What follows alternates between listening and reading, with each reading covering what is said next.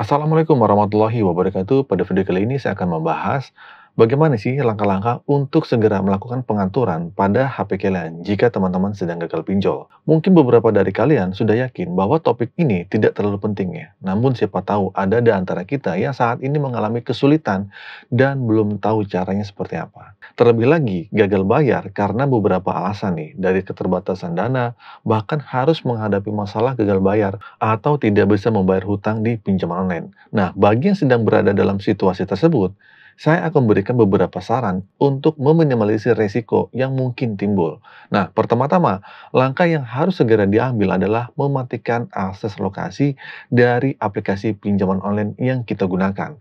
Nah, hal ini dilakukan dengan cara sangat mudah ya teman-teman, yaitu dengan menahan ikon aplikasi pinjolnya di HP kalian, kemudian menonaktifkan izin akses seperti lokasi, kamera, dan internet. Nah, masing-masing di HP kalian itu beda-beda ya. Pokoknya kalian tinggal buka aja di pengaturan di HP kalian. Nah, dengan melakukan hal ini, kita itu dapat memastikan bahwa aplikasi tersebut tidak dapat mengakses informasi lokasi dan data pribadi kita. Oke, selanjutnya, langkah yang kedua yang perlu diperhatikan adalah menonaktifkan akses ke kontak.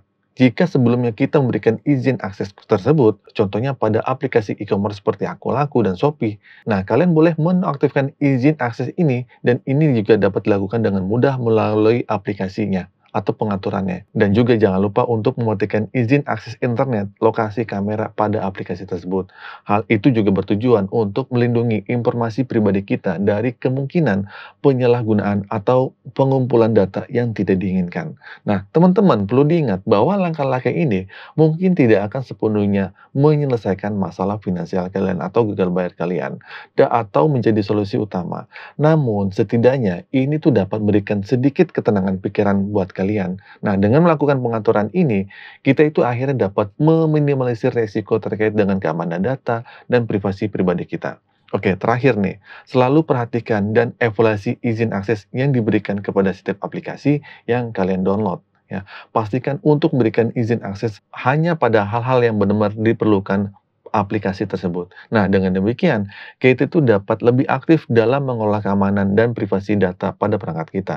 Hal ini perlu dipertimbangkan oleh teman-teman. Bagi yang memiliki mental yang kuat dan tidak terlalu terganggu dengan tekanan dari risiko pinjaman online, ya mungkin nggak jadi masalah. Namun, bagi yang merasa terbebani atau khawatir akan risiko gagal bayar, ada beberapa hal yang kalian perlu perhatikan. Yang pertama-tama, jika kita berbicara tentang pinjaman online yang legal, cukup dengan mematikan akses aplikasinya atau bahkan menghapusnya. Nah, itu kita tuh sudah dapat mengatasi masalah tersebut. Namun untuk pinjol ilegal, saran saya sangat disarankan adalah untuk langsung mereset pabrik atau HP atau mereset HP kan atau reset factory. Nah, hal ini dilakukan agar kita itu dapat memastikan keamanan perangkat dari kemungkinan penyadapan atau pemantauan oleh pihak yang tidak bertanggung jawab. Sebagai orang awam, kita tidak selalu tahu ya sumber dari mana kemungkinan penyadapan atau pemantauan yang berasal. Oleh karena itu, langkah reset factory itu dianggap sebagai opsi yang mungkin teraman. Namun perlu diingat bahwa tindakan ini bersifat drastis dan akan menghapus semua data yang ada di perangkat, termasuk aplikasi dan pengaturan yang sudah ada sebelumnya. Nah, makanya di backup dulu sebelumnya. Untuk pinjol legal, sebaiknya fokus pada pemutusan akses aplikasi atau penghapusan aplikasi tersebut jika diperlukan. Tindakan ini sudah cukup untuk menangani masalah tersebut tanpa harus melakukan reset factory yang mungkin berdampak pada pengaturan perangkat secara keseluruhan. Nah, jadi gitu teman-teman ya, info singkat kali ini. Semoga info ini bermanfaat. Akhir kata dari saya, Assalamualaikum warahmatullahi wabarakatuh.